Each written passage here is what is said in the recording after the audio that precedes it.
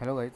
तो आज के इस वीडियो में हम आर आर बी जेई से रिलेटेड सारी इंपॉर्टेंट इन्फॉर्मेशन को अब जानेंगे कि कैसे इसका फॉर्म फिलअप होगा, कैसे इसमें सारी इंपॉर्टेंट जो भी चीज़ें हैं तो उसको एक एक करके हम देखते हैं। तो इसका जो ओपनिंग डेट है, आपको पता है अभी फॉर्म फिलअप हो रहे हैं, और इसका जो ओपनिंग डेट है वो 30 से शुरू हो चुका है और 29 तारीख तक रहेगा, 29 अगस्त तक। ठीक है, तो जो भी फॉर्म भरना चाह रहे हैं तो उसको अभी 29 तारीख से पहले पहले भर लीजिए। ठीक है, जो भी इसमें करेक्शन हो गया उसके लिए करेक्शन विंडो खुलेगा, जो कि 30 तारीख से ओपन होगा, वो 8 तारीख तक होगा। ठीक है, 30 अगस्त से शुरू होगा और 8 सितंबर तक होगा। उसके बाद हम बात करते हैं कि बेसिक इसमें जो भी दो टाइप की वैकेंसी है, एक तो है chemical supervisor researcher, metrological supervisor researcher. Research की वो लेवल 7 की जॉब है, और जो अपन जूनियर इंजीनियर है बेस और depot material superintendent and the chemical metrological assistant, उसकी जो पे लेवल है 6 है। और जो लेवल 6 की जो वैकेंसी का शुरुआत 35,400 से और इसके लिए 44,900 से। तो ज़्यादातर लोग कौन सी अभी वैकेंसी भरने वाले हैं, जूनियर इंजीनियर, तो अपने उसी के बारे में ज़्यादा बात करेंगे। और एज आपको यहाँ दे रखा है 36 साल मैक्सिमम एज होनी चाहिए, मिनिमम एज है 18। टोटल वैकेंसी आप देख लीजिए, ये पहली वाली वैकेंसी टोटल 17 ही है, और ये वाली वैकेंसी 7934 है। ठीक है, तो उसके बाद में हम बात करते हैं कि कैंडिडेट जो भी है वो फॉर्म भरने से पहले, ये जो भी कैंडिडेट है वो जिसका फाइनल रिजल्ट जैसे कोई 4th सेमेस्टर में है, वो फाइनल रिजल्ट अभी नहीं आया तो वो इस फॉर्म को नहीं भर सकता। ठीक है, इसमें साफ साफ लिख रखा है नॉट एलिजिबल है। मतलब कि आपकी जो डिग्री है वो कंप्लीट होनी चाहिए, जो भी इसका कट ऑफ डेट दे रखा है उसके पहले पहले। ठीक है, अपने इसमें जो भी इंपॉर्टेंट चीज़ें वो सारी धीरे धीरे एक एक करके बात करते करते चलते हैं। ठीक है, और अब देखिए, और क्रूशियल डेट जो होता है, क्रूशियल डेट वो डेट होता है जब आपका जो फॉर्म फिलअप का क्रूशियल डेट, इसका क्या माना जाएगा, जो या तो इसमें कहीं मेंशन होगा, वरना ज़्यादातर ये इसकी जो फॉर्म फिलअप की लास्ट डेट है ये वाली 29/8 को ही क्रूशियल डेट माना जाएगा। यानी कि आपके जो भी डॉक्यूमेंट्स होंगे वो 29 अगस्त से पहले पहले के होने चाहिए। यानी कि जो भी आपका सर्टिफिकेट बनेगा, कौन एससी का, एसटी का, ओबीसी का, ईडब्ल्यूएस का, ठीक है, ये सारे कट ऑफ डेट से पहले के होने चाहिए अगर आपको रिजर्वेशन की बेनिफिट चाहिए तो। और मेडिकल स्टैंडर्ड, एक मेडिकल फिटनेस के लिए इसमें 4 टाइप के स्टैंडर्ड दिए हुए हैं, वो अपने आगे देखते हैं कि वो कैसा क्या है। तो मेडिकल इसमें रेलवे का जॉब में सबसे इंपॉर्टेंट चीज़ ये होती है कि इसमें जो मेडिकल का जो मेडिकल फिटनेस है उस पर बहुत ज़्यादा ध्यान दिया जाता है। तो सबसे पहले आप जो भी जिस पोस्ट के लिए अप्लाई करें उसका एक पर्टिकुलर मेडिकल स्टैंडर्ड होता है, तो वो आप पहले उसको अच्छे से देख लीजिए, उसके बाद में ही आप उस पोस्ट के लिए अप्लाई करना। ठीक है, हम आगे उसके बारे में और देखते हैं। तो एज आपके बता दिए, स्केल आपको अभी पता लग ही गया था, जो भी जेई का लेवल का स्केल वो लेवल 6 है, जिसका बेसिक पे ये रहने वाला है। दो स्टेजेस में एग्ज़ाम होगी, CBT 1 और CBT 2। ठीक है, उसके बाद में नॉर्मलाइजेशन मार्क्स जो भी आएगा, क्योंकि उसका मार्क्स का नॉर्मलाइजेशन होगा। ठीक है, क्योंकि बहुत सारे जोन में पेपर होता है, तो नॉर्मलाइजेशन मार्क्स भी इसका होगा। ठीक है, तो इसके अकॉर्डिंग ये जो भी इसके अकॉर्डिंग दे रखा है, वो उतना अपने को उसमें जाने की जरूरत नहीं है। ठीक है, तो कैंडिडेट शुड भी है मोबाइल, जो भी आपका वैलिड मोबाइल नंबर है और ईमेल आईडी है, ठीक है, वो आपको अपने पास रख लेनी है। जो भी आप फॉर्म में डालोगे वही आपको फर्दर कम्युनिकेशन के लिए यूज़ आने वाला है। ठीक है, इसमें नेगेटिव मार्किंग होने वाली है 1/3 की। ओके, ठीक है, आगे चलते हैं और जो बेसिक इन्फॉर्मेशन है आपको बताता हूँ जो इम्पोर्टेंट है। ठीक है, हाँ, जो फ्री ट्रेवल पास आपको मिलेगा, जो भी कैंडिडेट SC ST से अप्लाई करेंगे, ठीक है, उनको उनके लिए जो भी जब जैसे भी आपका जो एडमिट कार्ड आएगा, तो उसके बाद में जहाँ भी आपका एग्ज़ाम होगा तो उसके लिए आपको फ्री ट्रेवल की फैसिलिटी भी इसमें प्रोवाइड की जाएगी। ओके, और देखिए मेडिकल स्टैंडर्ड की बात करते हैं, तो ये देखिए 4 टाइप के मेडिकल स्टैंडर्ड है, A3, B1, B2 और C1। बेसिकली इसमें क्या होता है कि जो भी कलर से रिलेटेड चीज़ें हैं, ठीक है, जिसमें कलर विज़न हो गया, बाइनोकुलर विज़न हो गया, नाइट विज़न हो गया, ठीक है, और ये सारी चीज़ें इसमें आई से रिलेटेड सारी चीज़ें बहुत ज़्यादा चेक होती है। ठीक है, तो ये सारा अलग अलग स्टैंडर्ड है, आप इसको पढ़ सकते हैं। जैसे A3 का है तो इसमें डिस्टेंस विजन 6/6 या 6/9 या 6/9 विदाउट ग्लास, या तो ग्लास से, या आप अगर ग्लासेस पहनते हैं उसके साथ में आपका 6/9 होना चाहिए, या आप ग्लास अगर नहीं पहनते तो उसके साथ में भी 6/9 होना चाहिए। ठीक है, तो सबसे जो बेसिक जो पहला विज़न होता है 6/6 का होता है। ठीक है, उसके बाद में 6/9 होता है। ठीक है, यानी कि जिसकी आंख एकदम सही है उसका विजन 6/6 होगा। थोड़ा सा अगर वो अगर चश्मा पहनना है तो 6/9, अगर और ज़्यादा ख़राब है तो 6/12 वगैरह ऐसे आगे बढ़ते रहता है। जैसे इसमें देखो 6/12 दे रखा है, ठीक है, इसमें भी 6/12 है, ये इसमें भी। ये तो सारे मेडिकल स्टैंडर्ड है, आप एक बार उसको अच्छे से चेकआउट कर लेना, ठीक है। और जो कुछ कंडीशन है, सिटीजन इंडिया का होना चाहिए, या नेपाल का भी हो सकता है, या भूटान का भी हो सकता है, ठीक है। ये सारी चीज़ें बेसिक बेसिक भी चीज़ें। उसके बाद में जो पहली जो वैकेंसी थी केमिकल वाली, उसके अंदर जो एज है, ठीक है, प्रिस्क्राइब फॉर नॉर्मल कोर्स 18 से 33 ईयर। और ये अपने को इस इस पोस्ट के लिए बात करनी है, ठीक है। तो अपने को जो भी एज है वो 18 से 36 साल की, ये मतलब मैक्सिमम एज 36 ईयर होनी चाहिए उसके लिए, ठीक है। और उसके बाद में और बात करते हैं, जैसे एज रिलैक्सेशन की बात करते हैं तो SC और ST के लिए 5 साल के लिए, OBC के लिए 3 साल के लिए, और एक्स सर्विसमैन है, ठीक है, तो put in the more than 6 month service, ठीक है। तो अगर इसने किसी 6 मंथ की सर्विस दे रखी है कहीं पर, तो उसके लिए भी एज रिलैक्सेशन यहाँ पर मेंशन कर रखा है। तो अलग अलग कंडीशन के लिए अलग अलग यहाँ पर एज रिलैक्सेशन है, तो उसको भी आप चेकआउट कर सकते हैं। उसके बाद में एजुकेशन क्वालिफिकेशन की बात करते हैं, ठीक है। Candidate should have been requisite education technical qualification in annexure A के अकॉर्डिंग, ठीक है। जो भी आपका एनेक्सर ए है में मेंशन है वो सारी आपको क्वालिफिकेशन होनी चाहिए। अभी देखते हैं आगे आता है तो, ठीक है। अब जो फ़ी है इसका कितना, जितने भी कैंडिडेट हैं उनके लिए 500 है, जो जनरल के हैं। SC ST के लिए जो फ़ी रहेगी वो 250 है। और अगर आप CBT 1 को देते हैं तो उसके बाद में ये जो भी आपको ये फ़ी है वो आपको रिफ़ंड कर दिया जाएगा। इसके लिए आपको वो बैंक की डिटेल मांगेंगे जब आपका फॉर्म फिलअप होगा, तो जो भी पैसा का रिफ़ंड है उसी में आएगा, ठीक है। और इकोनॉमिक जो भी EBS के जो भी कैंडिडेट हैं उनके लिए जो कंडीशन है वो सारी यहाँ दे रखी है, ठीक है। किससे साइन करवाना है, वो उसका जो EWS कैंडिडेट है वो किससे साइन करवा सकते हैं अपने जो EBC का जो बनाने के लिए। और रिजर्वेशन का जो बेनिफिट है वो SC ST OBC वालों को मिलेगा इसमें। ये पूरी टर्म में यही दे रखा है, जो भी कैंडिडेट बिलोंग करते हैं रिजर्वेशन वाले कैटेगरी से, ठीक है। उसके बाद में जो प्रोसेस है रिक्रूटमेंट का वो 2 स्टेज में बता दिया गया था कि सबसे पहले आपका CBT 1 होगा, CBT 2 होगा, डॉक्यूमेंट वेरिफिकेशन होगा, फिर मेडिकल एग्जामिनेशन होगा। इन चारों के बाद में ही आपका जो फाइनल सिलेक्शन है वो किया जाएगा। स्टेज फर्स्ट की बात करते हैं तो 90 मिनट आपको दिए जाएंगे और 120 मिनट दिए जाएंगे PWD फिजिकल वो कैंडिडेट के लिए। और टोटल क्वेश्चन इसमें 100 होने वाले हैं, ठीक है। इसका जो सिलेबस है उसमें mathematics, general intelligence and reasoning, general awareness और जनरल साइंस, तो ये 4 टॉपिक आपसे पूछे जाएंगे CBT 1 में। मैथमेटिक्स के 30 क्वेश्चन रहने वाले हैं, सबसे ज़्यादा वेटेज इसका और जनरल साइंस का रहता है। और इंटेलिजेंस के लिए 25 क्वेश्चन है, और जनरल अवेयरनेस जिसके अंदर कंप्लीट GK आ गई, ठीक है। ये एक पर्टिकुलर पोर्शन सिर्फ फिजिक्स, केमिस्ट्री और बायो का है।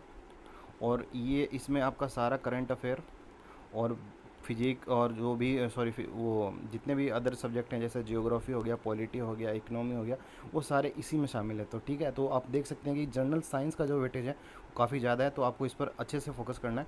और मैथमेटिक्स का भी काफ़ी अच्छा वेटेज है, ठीक है। ओके, तो सेकंड स्टेज के लिए जो एग्ज़ामिनेशन होगा तो उसके लिए 120 मिनट आपको दिए जाएंगे और 160 मिनट PWD कैंडिडेट के लिए दिए जाएंगे। और नंबर ऑफ़ क्वेश्चन इसमें 150 होने वाले हैं, ठीक है। इसमें भी क्वेश्चन में इस जनरल अवेयरनेस का सेम जो पहले था, फिजिक्स एंड केमिस्ट्री भी पहले वाले में आ गया था, ये अलग चीज़ है एक इसमें, और ये एक अलग चीज़ है। बाकी जो सेकंड पेपर में जो भी टेक्निकल है, जैसे कोई सिविल इंजीनियरिंग का है उसका सिविल के 100 क्वेश्चन होंगे, मैकेनिकल का है तो मैकेनिकल के होंगे, इलेक्ट्रिकल का है तो इलेक्ट्रिकल के होंगे। तो ऐसे करके आपको टोटल 150 क्वेश्चन पूछे जाएंगे। मिनिमम परसेंटेज मार्क्स एलिजिबल ये तो मिनिमम होता है, लेकिन कट ऑफ इससे काफ़ी ज़्यादा ही जाती है, तो ये मिनिमम क्राइटेरिया उन्होंने अपना रख रखा है, ठीक है। तो आपका जो 3 ईयर का डिप्लोमा है वो इतने ब्रांचों में होना चाहिए, तब आप जो भी पोस्ट है उसके लिए एलिजिबल हैं, आप ये देख सकते हैं, ठीक है। और education qualification BSc chemistry physics, ये किसके लिए एग्ज़ाम CMA वाले एग्ज़ाम के लिए ये क्वालिफिकेशन है। और ये जो भी एग्ज़ाम है ये देख सकते हैं आप, सिविल एंड एलाइड इंजीनियरिंग के लिए सिविल इंजीनियरिंग होना चाहिए, combination of any stream, basic और सिविल इंजीनियरिंग का कोई भी स्ट्रीम होना चाहिए, BSc in civil engineering of 3 year duration. अगर ये तीनों चीज़ हैं तो आप भर सकते हैं। और एक इधर भी है, ये देख सकते हैं, ये मैकेनिकल के लिए है और ये इलेक्ट्रिकल के लिए है। तो बेसिकली इसमें ये है कि डिप्लोमा और डिग्री दोनों ही अप्लाई कर सकते हैं, ठीक है। और ये इसका कैलकुलेशन का कुछ वो दे रखा है, जो कि नॉर्मलाइजेशन मार्क किस बेस पर कैलकुलेट होगा, तो ये अपने काम की चीज़ नहीं है, ठीक है। अब ये कुछ डॉक्यूमेंट्स हैं, mandatory scan document to be kept before filling the online application. आपको देखिए, जो भी आप फ़ोटोज़ जो आप लगाने वाले हो उसका जो साइज़ है 30 से 70 KB का होगा। तो आप जैसे ही फॉर्म फिलअप करो तो अपने जो फ़ोटो को पहले से ही आप 30 से 70 KB के बीच में उसको आप मॉडिफाई करके पहले ही आप रख लेना, ठीक है। क्रॉप वगैरह जो भी आप कर उसको करके किसी भी ऐप से आप उसको पहले ही रख लेना, ताकि बाद में, क्योंकि अगर आप एप्लीकेशन फॉर्म को ज़्यादा देर खोल के रखोगे, मान लो आप जब फॉर्म फिलअप करना शुरू कर दिया और एप्लीकेशन फॉर्म को ज़्यादा देर के लिए खोल के रखते हो, तो उसके बाद में वो विंडो बंद हो जाती है, ठीक है। तो आपको वापस से सारा कुछ फिल करना पड़ता है। तो इस वजह से आप पहले ही ये सारी चीज़ें करके रखो। देखो इसमें दे रखा है साइज़ 30 से, किसका फ़ोटो का जो साइज़ है वो 30 से 70 KB का होना चाहिए। और किस टाइप की फ़ोटो होना चाहिए, वो उसका एक वाइट बैकग्राउंड होना चाहिए पीछे, ठीक है। हमें याद रखना, जो बैकग्राउंड है वो वाइट रहेगा इसके अंदर, ठीक है।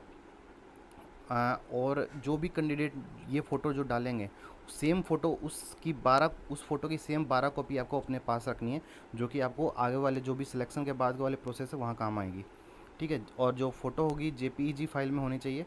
और सिग्नेचर, उसका जो सिग्नेचर का भी साइज़ है वो भी देखो कितना दे रखा है, 30 से 70 KB का दे रखा है सिग्नेचर का साइज़ भी, ठीक है। और SC/ST सर्टिफिकेट के लिए जो भी PDF आप अपलोड करोगे वो 500 KB से अंदर का होना चाहिए। तो ये तो बात होगी उसकी।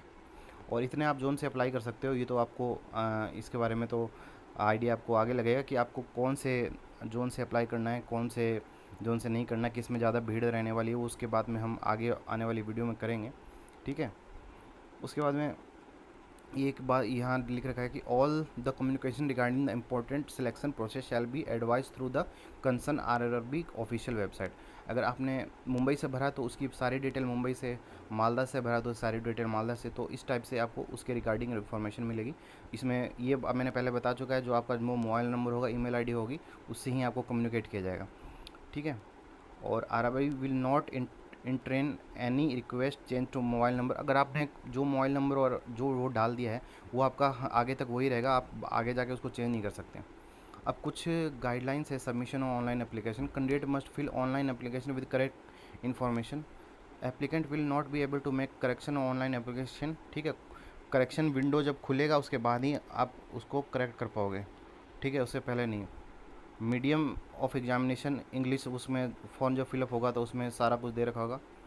After submission the candidate will direct of, और ये जो भी इसके अंदर पेमेंट है, उसके अंदर आपको जो पेमेंट मेथड आगे आप 3-4 टाइप से कर सकते हो, UPI से कर सकते हो, ठीक है, और नेट बैंकिंग के थ्रू कर सकते हो, वो तो आगे आपको उसमें पता लगेगा। Finally accepted online application happen only after receiving the confirmation of fee का जो पेमेंट हो जाएगा 250 और 500 जो आपको फ़ी बताया था, तो उसके बाद ही आपको फाइनल कन्फर्मेशन मिलेगा कि आपका जो फॉर्म है वो सबमिट हो चुका है, ठीक है। मॉडिफिकेशन, आपका मॉडिफिकेशन की डेट भी आपको दे रखी है कितनी है, क्या है, और कौन कौन से इसमें online application will be liable to. अगर आपका जो एप्लीकेशन है वो क्यों रिजेक्ट हो सकता है वो उसमें दे रखा है। अगर आपने मल्टीपल, अगर RRB से आपने अप्लाई कर दिया, अब एक से ज़्यादा आपको, अगर अब अजमेर से अप्लाई कर रहे हो और मान लो आप ही के नाम से, आप ही के जीमेल एड्रेस से और आप ही के फ़ोन नंबर से अगर दूसरे RRB से अभी अप्लाई हो गया है, ठीक है, तो वो उनको पता लग जाता है, तो आपका जो फिर जो आपका जो कैंडिडेचर है, आपका जो फॉर्म है वो ख़त्म हो जाएगा वहीं पर। और जो भी इनवैलिड फ़ोटो, वहाँ पर आपको फ़ोटो का परफॉर्मा दे रखा है, वाइट बैकग्राउंड होना चाहिए, ठीक है, तो अगर वो नहीं रहा तो वो भी ख़त्म हो जाएगा फॉर्म आपका फिलअप में। और साइन जो है आपका ब्लॉक लेटर में नहीं होना चाहिए, जैसे राहुल लिख रहे हो RAHUL, ऐसा साइन नहीं होना चाहिए, ठीक है। पहला अक्षर बड़ा हो सकता है लेकिन साइन उनको स्मॉल लेटर में चाहिए, ठीक है। तो ये इस बात का आप ध्यान रखना, ठीक है। तो और ये जो डॉक्यूमेंट्स हैं उसको आपको पहले ही जो कट ऑफ डेट है उसको पहले ही ये सारी चीज़ें डॉक्यूमेंट्स हैं वो आपके पास होनी चाहिए, ठीक है, वरना आपको बाद में दिक्कत होगी। ठीक है, मैट्रिकुलेशन की जो सर्टिफिकेट है आपका हाई स्कूल का, और ट्वेल्थ का जो सर्टिफिकेट है, ट्वेल्थ की जो मार्कशीट है, सर्टिफिकेट और मार्कशीट दोनों रखना है, ठीक है, इसका और इसका, डिप्लोमा का, इंजीनियरिंग का, और जो भी आपका डिग्री है उसकी सारे के सारे सेमेस्टर की मार्कशीट और कंसोलिडेशन मार्कशीट और डिग्री, ठीक है, वो सब चीज़ आपके पास होनी चाहिए। SC ST का सर्टिफिकेट फॉर्मेट होना चाहिए। फॉर्मेट में आपको आगे दिखाऊंगा कैसा फॉर्मेट में चाहिए। OBC NCL जो NCL से भरेंगे उनके लिए एक फॉर्मेट मेंशन है, वो भी आपके पास होना चाहिए, ठीक है। NCL layer NCL creamy layer का डिक्लेरेशन होता है, वो आपको बाद में ही फिल करके वहाँ पर ले जाना होता है, ठीक है, तो वो भी आपके पास होना चाहिए। इनकम सर्टिफिकेट, अगर कोई EBC कैंडिडेट है तो उसका इनकम सर्टिफिकेट चाहिए। माइनॉरिटी कम्युनिटी का डिक्लेरेशन, अगर कोई माइनॉरिटी कम्युनिटी से है तो उसका डिक्लेरेशन, ठीक है। Non judicial stamp paper for minority candidate as per annexure, उसके लिए भी इसमें मेंशन है एनेक्सर में, तो उसके अकॉर्डिंग आपका माइनॉरिटी कम्युनिटी का डिक्लेरेशन होना चाहिए। Original discharge certificate of ex serviceman, अगर आप कहीं एक्स सर्विसमैन थे तो उसका डिस्चार्ज का सर्टिफिकेट कि हाँ आप वहाँ से छूट चुके हो, तो उसका आप वहाँ सर्विस दे चुके हो तो उसका एक सर्टिफिकेट होता है, तो वो होना चाहिए। मेडिकल सर्टिफिकेट तो जितने भी स्टैंडर्ड आपका जो बनेगा A1 A2 जो भी दे रखा था तो उस हिसाब से आपका मेडिकल सर्टिफिकेट होना चाहिए। Self declaration for ex serviceman, ये एक्स सर्विसमैन है उसका सेल्फ डिक्लेरेशन होना चाहिए। NOC उनका होना चाहिए जो ऑलरेडी किसी जॉब में अभी जॉब कर रहे हैं और वो जॉब RRB की जॉब लेना चाह रहे हैं, तो वहाँ से उनके पास एक NOC होना चाहिए ताकि वहाँ से ये उसमें अब मेंशन हो जाता है कि हाँ आप वो जॉब छोड़ चुके हो, ठीक है, इसलिए आपको NOC की ज़रूरत पड़ती है। तो ये सारी चीज़ें हैं, तो इन सर्टिफिकेट को आप ध्यान रखना, ठीक है। तो इतने, अब आगे चलते हैं। तो देख सकते हैं आप जो SC सर्टिफिकेट का जो फॉर्मेट है वो इस टाइप का होना चाहिए, ये वाला फॉर्मेट होना चाहिए, देख सकते हैं आप, ठीक है। इसी फॉर्मेट में आपको बनाना है। तो दिस इज सर्टिफाइड, आपका नाम होना चाहिए, आपके फादर का नाम, आपका जो विलेज, आपका जो भी विलेज है, ये सारी चीज़ें। तो इसमें जो और जो भी ऑफिसर हैं, कौन कौन किस किस ऑफिसर से आपको साइन करवाना है, तो ये यहाँ पर नीचे मेंशन है इसमें, ठीक है। इसके बाद में OBC का है ये नीचे वाला, OBC का सर्टिफिकेट है ये वाला, OBC का किसका है ये, हाँ OBC का ही है, ठीक है। उसके बाद में सेल्फ डिक्लेरेशन जो होना चाहिए, तो लास्ट में आपको खुद ही भर के लेके जाना है, ठीक है। उसके बाद में इनकम सर्टिफिकेट, EWS जो कैंडिडेट हैं उनके लिए इनकम सर्टिफिकेट का ये जो फॉर्मेट है, ये इनकम सर्टिफिकेट का जो फॉर्मेट है वो ये होना चाहिए। और आगे इनकम सर्टिफिकेट इकोनॉमिक वही ये EBC जो इकोनॉमिकल बैकवर्ड क्लास वाले जो स्टूडेंट हैं उनके लिए है सारी चीज़ें। तो आप यहाँ से एक एक करके देख सकते हैं, ठीक है। ये डिसेबिलिटी जो भी कैंडिडेट क्लेम करेंगे तो उसके लिए ये सर्टिफिकेट बनेगा, ठीक है। तो आगे चलते हैं, ये सारी चीज़ें हैं।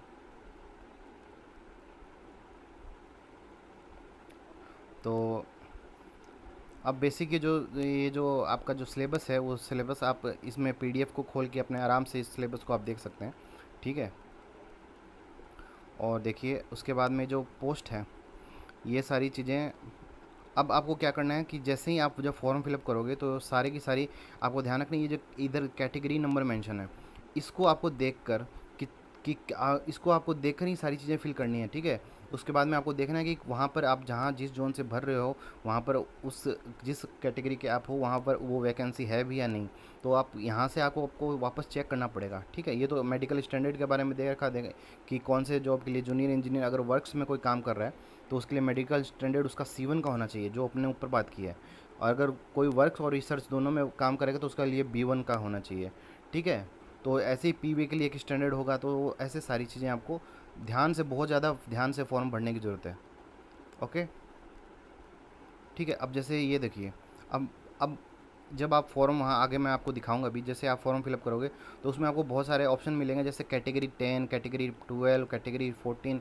तो कैटेगरी देख के आपको यहाँ पहुँच जाना है, इस वाले जो PDF है यहाँ पर आ जाना। फिर आप देखना कि आपकी जो कितनी सीटें वहाँ पर अवेलेबल है। जैसे कोई कोई कैटेगरी 9 का PV का जो जूनियर इंजीनियर PV का है, PV और ब्रिज का है, तो वो वहाँ पर OBC की 29 सीटें वहाँ पर, यूआर का 36 सीट है। तो यहाँ अपने आप सबसे पहले ये देख लेना, कई जैसे यहाँ पर एसटी की कोई सीट नहीं है, यहाँ पर कैटेगरी 8 के लिए एसटी की कोई सीट नहीं है। तो यहाँ से कोई एसटी का बंदा भरेगा तो ये सीट अगर वो एसटी के नंबर से सिलेक्ट हो रहा है तो बहुत ज़्यादा चांस है कि उसको कोई सीट अलॉट ही ना हो। ठीक है, तो आप इस चीज़ का बहुत ज़्यादा ध्यान रखना। ठीक है, तो ये सारी चीज़ें हैं, आप इसको अच्छे से इसको देख कर जब भी आप फॉर्म भरो तो ये पीडीएफ अपने पास ज़रूर रखना, ताकि आपको बेसिक जो आइडिया है वो लग जाए। ठीक है, तो और आगे चलते हैं। हाँ, तो ये ऐसे इस टाइप से आपका टोटल फॉर्म जो भी बेसिक इन्फॉर्मेशन है वो आपके साथ मैंने शेयर कर दी।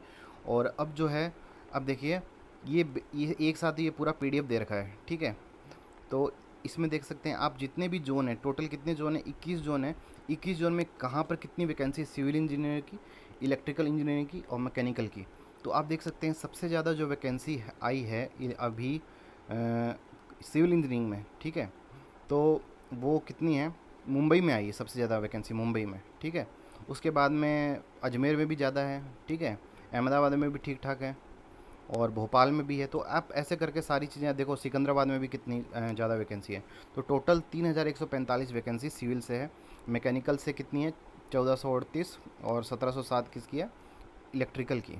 सॉरी, ये इलेक्ट्रिकल की है, ये मैकेनिकल की है। ठीक है, तो अब जो फॉर्म जो फिलअप होगा वो आपको कैसा होगा, सबसे पहले आप जब किसी भी साइट पर आप आरआरबी की साइट पर जाओगे तो सबसे पहले आरआरबी पर क्लिक करते ही आपको ये ऐसा इंटरफेस दिखेगा। और इसके अंदर जो फॉर्मेट है, ये डाउनलोड फॉर्मेट का एक ऑप्शन है। इसमें आपको एससी एसटी और जो भी सर्टिफिकेट है, वैसे तो इस पीडीएफ में भी मेंशन है, लेकिन आपको अगर अलग से डाउनलोड करना है कि आपके जो कास्ट का जो फॉर्मेट होगा वो कैसा होगा, तो वो आप इससे डाउनलोड कर सकते हो। तो उसके बाद में सबसे पहले आपको इसको अप्लाई पर यहाँ पर क्लिक करना है। तो जैसे ही आप अप्लाई पर क्लिक करने तो आपका एक सबसे पहले रजिस्ट्रेशन होगा। तो रजिस्ट्रेशन के लिए सबसे पहले आपको एक ऐसा इंटरफेस आएगा, तो यहाँ पर आपको ओके दबा देना है। ठीक है, उसके बाद में सबसे पहले आपको आपका अपना यहाँ पर नाम लिखना है, आपको वापस अपना नाम लिखना है, डेट ऑफ बर्थ मेंशन करनी है, यहाँ पर डेट ऑफ बर्थ मेंशन करनी है। उसके बाद में फादर का नाम होगा वापस, और मदर का भी नाम यहाँ पर लिखना पड़ेगा। अगर आपके पास आधार कार्ड है तो आधार कार्ड यहाँ पर आप मेंशन कर दीजिए। अगर आपके पास आधार कार्ड नहीं है, ठीक है, यहाँ पर तो आपके पास ये ऑप्शन खुलेगा ऐसे। तो इसको जब क्लिक करोगे तो बहुत सारे यहाँ नीचे ऑप्शन मिलेंगे कि आपके पास पासपोर्ट है, पैन कार्ड है, वोटर आईडी है, ये सारी चीज़ें। अगर आपके पास आधार कार्ड नहीं है तब ये चीज़ें आ जाएगी अपने आप। ठीक है, तो इनमें से आप कोई भी भर देना यहाँ पर। अगर आधार कार्ड है तो डायरेक्टली आधार कार्ड से आप यहाँ जब डालोगे, ठीक है, तो वहाँ पर आपके नंबर से वो वेरीफाई होना चाहिए आधार कार्ड। तो आपके पास ओटीपी आएगी, ओटीपी आप यहाँ पर डाल के वो आगे आप प्रोसीड कर सकते हो। फिर ईमेल का वेरिफिकेशन होगा और मोबाइल का वेरिफिकेशन होगा। तो यहाँ इस पॉइंट पर आपको ध्यान देना है कि जो ईमेल आपको, जैसा कि ऊपर पूरा जो नोटिफिकेशन था उसमें भी मेंशन था कि ईमेल और मोबाइल नंबर एक ऐसी चीज़ है जिसके लिए आप बाद में उसको चेंज नहीं कर सकते। ठीक है, तो ऐसा ही डालिए जो आप, जब आपका फाइनल सिलेक्शन होगा तो भी आपको इसी से कम्युनिकेट किया जाएगा। ठीक है, तो ईमेल डाल के आपका ओटीपी आएगा ईमेल पर, वो यहाँ डाल देना। मोबाइल का ओटीपी आएगा, वो यहाँ डाल देना। ठीक है, ये जब आप डाल दोगे, ठीक है, तो पासवर्ड आपको खुद एक सेट करना है। पासवर्ड कैसे सेट करना है, एक जैसे नाम है राहुल, तो आर एक कैपिटल होना चाहिए, एक स्मॉल होना चाहिए, और बाकी कोई भी स्मॉल भी हो, एक कैपिटल एक स्मॉल, और कोई भी हैज़ लगा दो, @ लगा दो, उसके बाद एक नंबर भी लगाना है। तो इस टाइप से अपना एक पासवर्ड सेट कर लेना। ठीक है, और यहाँ पर आपका कैचअप ये वो डाल के कैप्चा, उसके बाद में आप इसको ओके करोगे तो आपका रजिस्ट्रेशन कंप्लीट हो जाएगा। फिर आपको वापस फिर लॉगिन वाले पेज पर यहाँ पर आना पड़ेगा। ठीक है, जब आप वापस लॉगिन वाले पेज पर आओगे तो ऑलरेडी हैव ए अकाउंट पर आपको क्लिक करना है। अब वहाँ पर आपको एक जो आपने पासवर्ड बनाया है और आपका मोबाइल नंबर डालोगे तो यहाँ पर ये लॉगिन हो जाएगा। तो उसके बाद में एक ऑनलाइन एप्लीकेशन ऐसे खुल जाएगा, यहाँ पर आप क्लिक करोगे। ठीक है, तो उसके बाद में क्या होगा, अजमेर आपको जहाँ जिस भी जोन से आपको भरना है, अजमेर जोन से, बेंगलोर जोन से, भोपाल से, तो वो आपको वहाँ यहीं इसी स्टेज पर सेलेक्ट करना है। तो आप जहाँ से भी फॉर्म भर रहे हो वहाँ से ये सेलेक्ट कर लेना, उसके बाद में आपको आगे प्रोसीड करना है। ठीक है, उसके बाद में आपको क्या करना है, बेसिक जो भी आपका घर का जो डिटेल है वो यहाँ पर यहाँ पर सबसे पहले तो कम्युनिटी डिटेल जाओ, आप किस कम्युनिटी से बिलोंग कर रहे हो। अगर आप रिजर्वेशन मांग रहे हो तो उसके लिए आपको सर्टिफिकेट नंबर यहाँ डालने पड़ेंगे। इशू अथॉरिटी के बारे में, कहाँ से किस अथॉरिटी ने इशू किया है, कौन से स्टेट से इशू है, डेट ऑफ इशू, ये सारी चीज़ें आपको डालनी पड़ेगी। ठीक है, और ये सारी की सारी चीज़ें 29 अगस्त से पहले पहले की होनी चाहिए। ये आपका इंपॉर्टेंट चीज़ है यहाँ पर, ठीक है। और पोस्टल एड्रेस आप डालोगे यहाँ पर, आपका जो भी एड्रेस है, अगर आपका एड्रेस सेम है तो यहाँ पर आप टिक कर देना। अगर अलग एड्रेस है, परमानेंट और प्रेजेंट एड्रेस अलग अलग है, तो आप अलग अलग डाल सकते हैं। फिर नेक्स्ट स्टेप में बढ़ जाएंगे। यहाँ पर आपको नो ही का, अगर एक्स सर्विस मैन है तो, अगर नहीं है तो यहाँ पर आपको नो करना है, ठीक है। अगर आप PWD हैं तो यहाँ पर उसके लिए सिलेक्ट करना है। EBC के लिए आपको यहाँ पर सिलेक्ट करना है, ठीक है। तो ये ठीक, ये आगे आप फर्दर जब आप EBC को सिलेक्ट करोगे तो यहाँ पर economical backward class candidate those have annual family income less than 50,000, तो उस वो इसमें साफ साफ मेंशन कर रखा है कि जो EBC के जो कैंडिडेट हैं उनके लिए जो बेसिक जो उनकी पूरे साल की इनकम अगर 50,000 से कम है तो ही वो उस कंडीशन को एग्री करें, ठीक है। तो अब जैसे ही आप जो EBC का कैंडिडेट होगा उसको यहाँ पर क्लिक करेगा तो सारी डिटेल EBC की उसको भरनी पड़ेगी। जैसे यहाँ देख लीजिए, ये यहाँ पर EBC कैंडिडेट होल्डर के लिए सारी डिटेल है, ठीक है। सेम वही सारी चीज़ें, सर्टिफिकेट का नंबर डालना है, इशू अथॉरिटी डालनी है, ठीक है। जैसे आगे बढ़ेंगे तो उसके बाद में आप पर्सनल डिटेल फिलअप हो गया। अदर डिटेल आपका जो भी एड्रेस वगैरह है वहाँ पर फिलअप होगा। थर्ड पर आपका एजुकेशन क्वालिफिकेशन आपके फिलअप होगी। आपका अगर आपने डिप्लोमा कर रखा है तो डिप्लोमा प्लस 10th की जो डिटेल है वो यहाँ पर फिलअप होगी, ठीक है। यहाँ पर 12th वाली फिल करने की ज़रूरत नहीं है। आपको मैट्रिकुलेशन का 10th की जो आपका सर्टिफिकेट है उसको आपको यहाँ पर डालने की, आपका जो नंबर है, कौन सा बोर्ड, कौन से स्कूल से आप पास आउट हुए हो, तो वो चीज़ें। फ़ोटो के लिए आप देख लो, फ़ोटो के लिए जो इसकी डायमेंशन है 320 पिक्सल से 240 पिक्सल के अंदर होनी चाहिए। और इसके लिए आपको 30 से 70 KB आप उसमें पहले बता दिया था, 30 से 70 KB का होना चाहिए। और ये आप डायमेंशन का भी ध्यान रखना, इसको पहले से ही आप क्रॉप करके रख लेना, 320 इंटू में 240। उसके बाद में सिग्नेचर के लिए भी ये देखो डायमेंशन सिग्नेचर का कितना है, ठीक है। 50 mm इंटू 20 mm या 140 इंटू में 60 पिक्सल, ये ध्यान रखना 140 इंटू में 60 पिक्सल का ये होना चाहिए, ठीक है। और उसके बाद में देखो, ये देखिए ये आ गया जोन। अब यहाँ पर आपको जो भी आपका प्रेफरेंस है वो सिलेक्ट करना है। अब यहाँ पर देखो कैटेगरी 4, ये कैटेगरी 5, ये कैटेगरी 6, ठीक है। जो मैंने वो आपको ऊपर मेंशन किया था वो आप देखते जाना। आपके सबसे ज़्यादा आपको पहले नंबर पर कौन सा प्रेफरेंस रखना है और सबसे ज़्यादा वैकेंसी किसके अंदर है, तो उसके अकॉर्डिंग ये सारी चीज़ें आप अपने पास रख लेना, ठीक है। और लास्ट में आपका अपने ब्रांच को सिलेक्ट कर लेना, ठीक है। और उसके बाद में यहाँ पर ये ऑलरेडी आप I am not currently debate form RRB, तो ये अपने आप सिलेक्ट हुआ आएगा। इन दोनों पर आपको टिक करके जहाँ से भी आप फॉर्म फिलअप कर रहे हो वो करके आपका यहाँ से फाइनल सबमिट हो जाएगा, ठीक है। बेसिक सारी डिटेल मैंने इसमें कवर कर दी। अगर फिर भी कोई डाउट रह जाता आप कमेंट सेक्शन में मेरे को पूछ सकते हैं। Thank you.